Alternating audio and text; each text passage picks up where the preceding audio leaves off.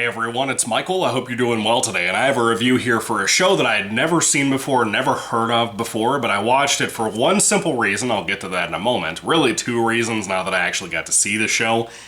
This show that I'm about to talk about, I only have season 1 to talk about because season 2 and 3 are out of print. They're impossible to find. It only ran for 3 seasons. It's nowhere to be seen on streaming or even the really good streaming places like Tubi, for example.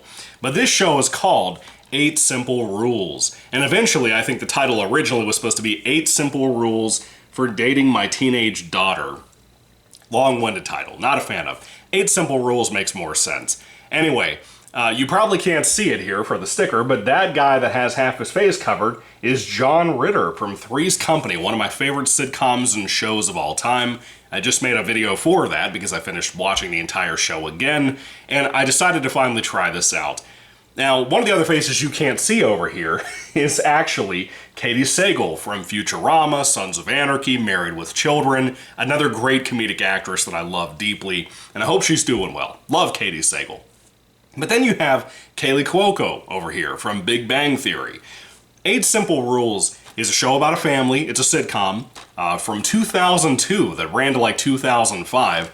And sadly, this is one of the last things that John Ritter ever did. He actually died on the set of filming one day.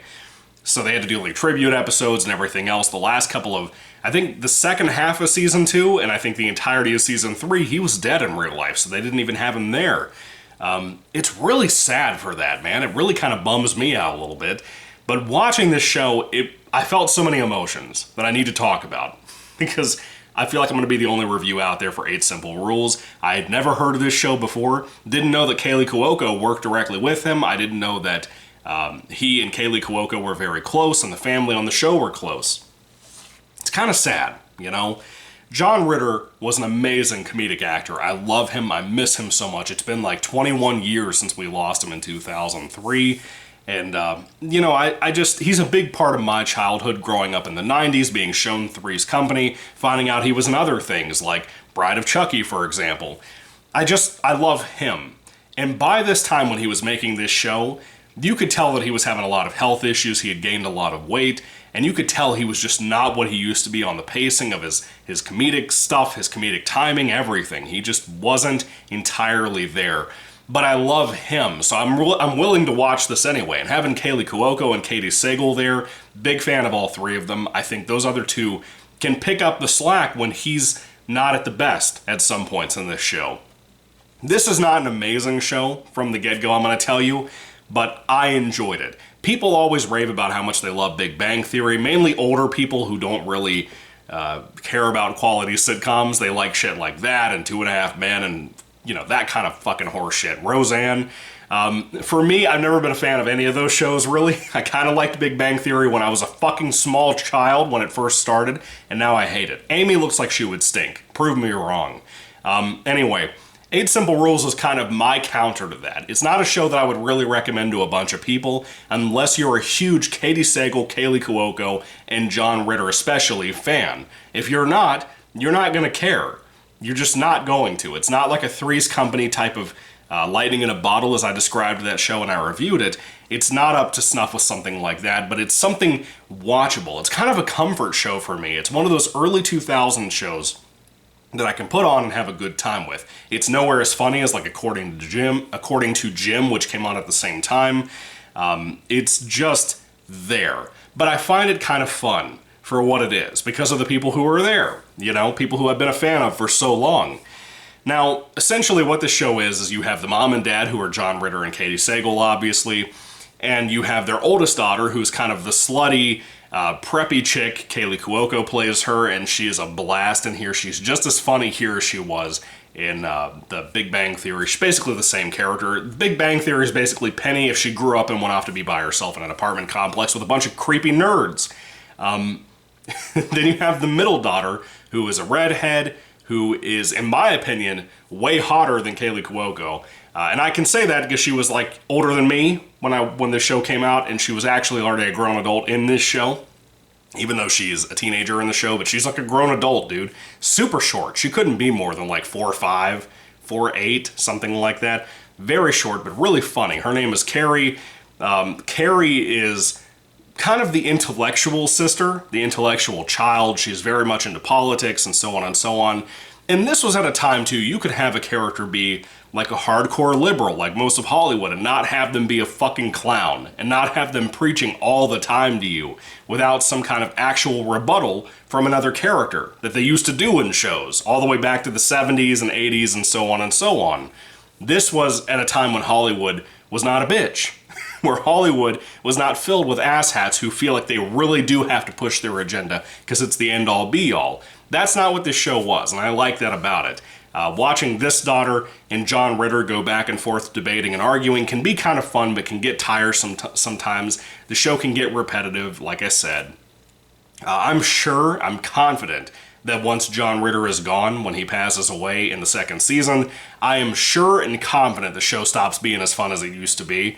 I'm sure it went down heavily in quality with season 3 being the cancellation of the show. I would still like to see those seasons, but I don't know, man. I feel like it wouldn't even be worth watching after season 2 and after his passing. But I could be wrong. Maybe I'm wrong.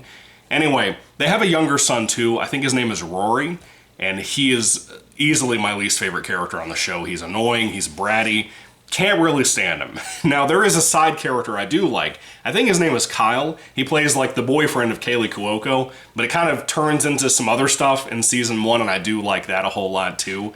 The show has some memorable episodes. I think there was a Christmas episode in here that I really liked, if I remember correctly. Pretty sure there was. I love Christmas episodes on any sitcom or show anyway, so that's just me. But this has a lot to offer for what it is. If you're willing to watch 2000 sitcoms, this is way better than what I thought it would be. This is not the worst pick you could possibly have.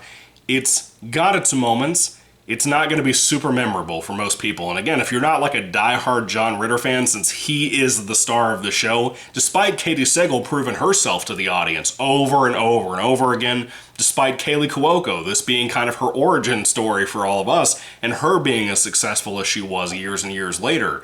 I think Big Bang Theory was immediately after this show ended, not season 1, but season 3.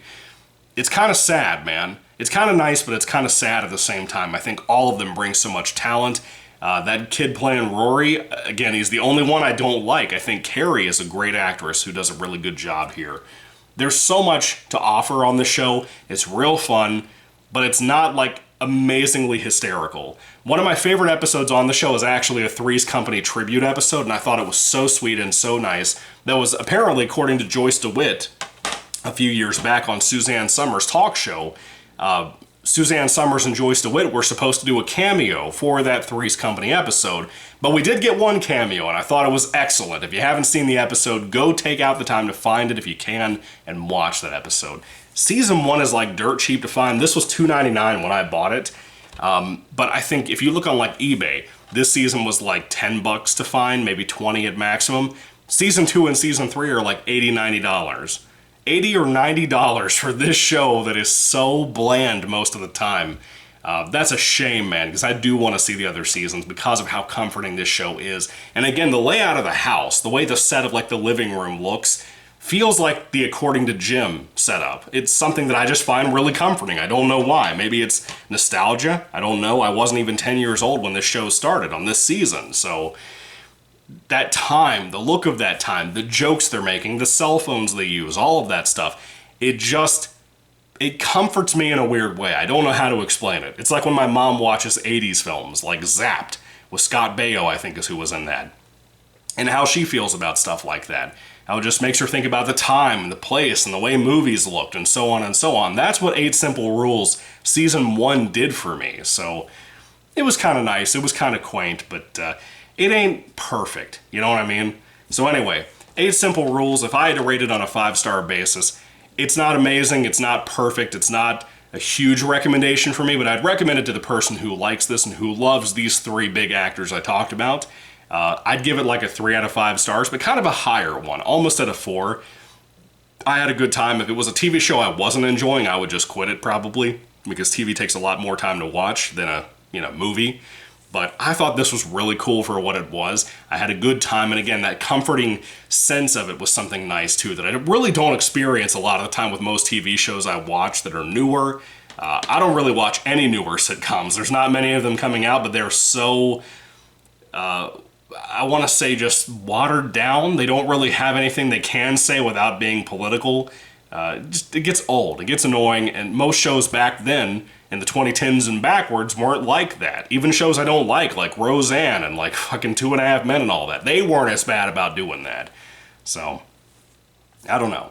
But have you seen 8 Simple Rules Season 1 or Season 2 or 3? Have you seen the whole show? Let me know what you think about it. I'd love to hear your thoughts on everybody here, including John Ritter, Katie Sagal, Kaylee Cuoco. Let me know all that down below, because I feel like this is worth discussing because of these incredibly talented people.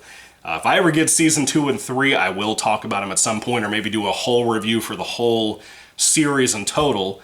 But I wouldn't hold your breath, because it looks like it's going to be a long time until I can get a good steal on those seasons and pick them up. But I'm going to keep an eye on eBay. I want to see it, but we'll see. So anyway, what are your thoughts on the show? Thank you all for watching, guys. God bless you all. Catch you later, and goodbye.